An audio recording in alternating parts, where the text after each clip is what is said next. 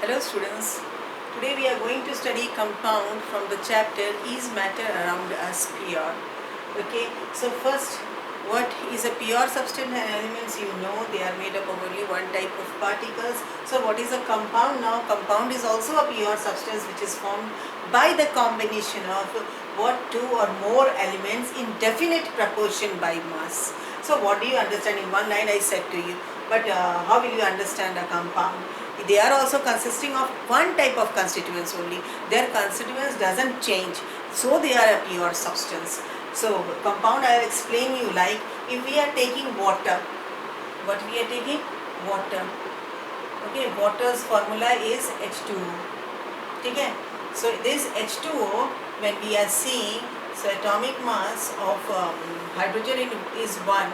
Okay, our two atoms are present, so 2 ratios, how much it is of oxygen? It is 16, so it becomes 2 ratio 16, isn't it? And now simplify it, 1 ratio 8. So whenever water will be present, this hydrogen and oxygen will always exist in the ratio 1 ratio 8. It will not be 1 ratio 5 or 1 ratio 7 or 2 ratio 9. Okay, this all if it is there, it will be wrong. It is not a compound. Okay, so compound, they are pure substance which are formed by two or more elements. If we are seeing here, how many elements are there? 2. More can also be there, isn't it? For example, if I write H2SO4, here how many elements are there? 3.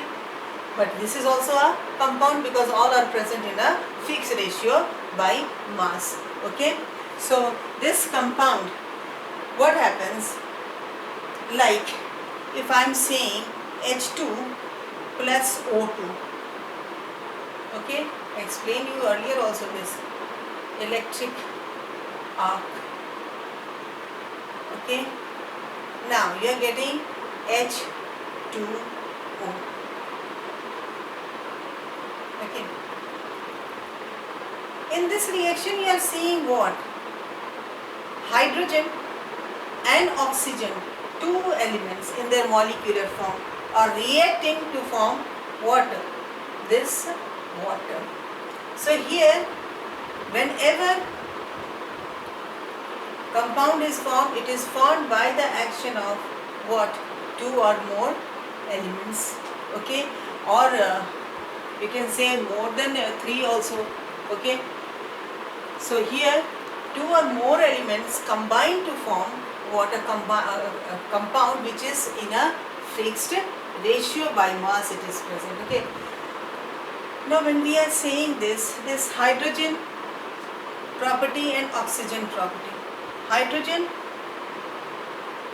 and oxygen, good supporters of combustion. But what happens? Suppose fire, isn't it? But water, what happens? It doesn't.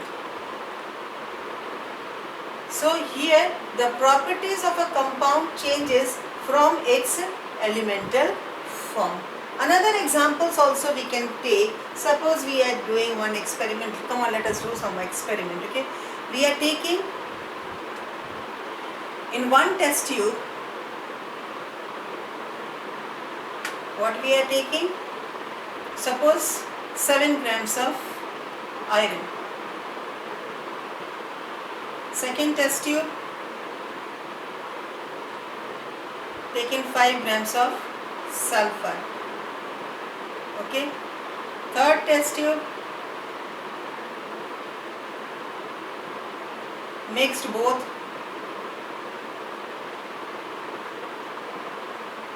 Iron and sulfur. Okay, now what we are doing, we are taking this third test tube, okay, which consists of iron and sulfur, and we are heating it. What do we see? In this, some reaction is taking place. Whole substance has now become what? Red in color, dark red in color. Okay, and something is being deposited over here. Okay, we take it off from the flame and we keep it. Okay, now this is third test tube. It is consisting of what? After reaction, iron sulfide, because now what has been done?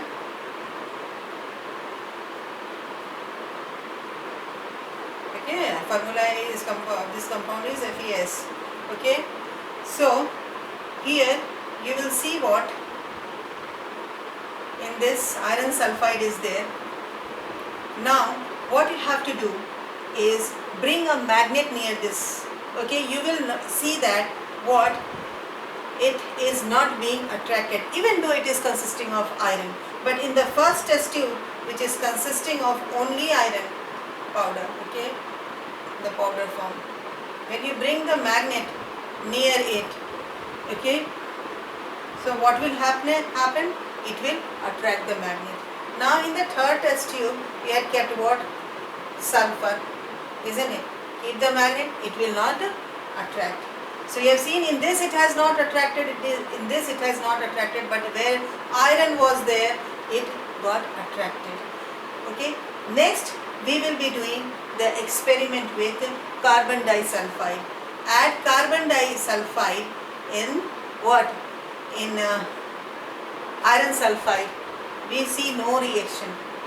Then we are adding carbon disulfide in iron, no reaction.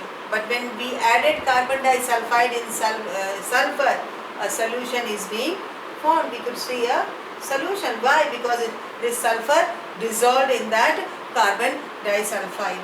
Okay, so here you can see the properties are entirely different of what? Iron and sulfur.